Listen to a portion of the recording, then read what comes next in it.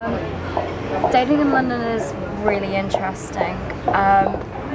The actual culture of meeting somebody and asking them out it does happen, but not that much. People tend to meet in groups, and then we'll sort of like decide if they like somebody, and then maybe single them out, and then ask them out later. But the actual process of asking somebody out, you don't really see it so much. People like to meet through friends, they like to meet through acquaintances or connections. Like, English people in general can be like a little bit guarded. So yeah, they don't always feel like so like comfortable. Like, guys don't always have the confidence to ask people out, but it's not that you don't see it, because you do.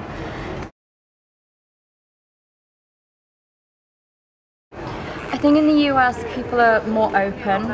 They're more used to first date culture, where it's like you see somebody sitting having coffee and you're like, I'm gonna ask them out, I'm gonna take them to dinner, meet you at 8.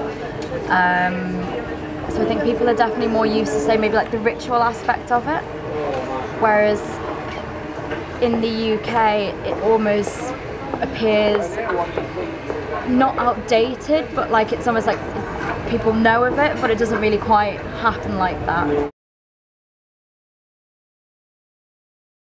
I think it's really important. I think, not that people go out on dates and get really, really drunk, but I think, for me anyway, if I'm ever going out on a date, I'll even have a glass of wine at home while I'm getting ready, just to calm my nerves. And I think, like I was saying, with people over here being a bit more guarded and a bit more closed, I think that alcohol definitely helps to get people talking and, like, bring their barriers down a little bit. I was working at the time and had to cover a fashion show that was happening in a cinema in Leicester Square, and I had to kind of drag my poor date along with me. I had to go, and it turns out we had a really, really good time. We watched the fashion show, and he took me to this amazing wine bar, and I love wine, and he had great taste in wine.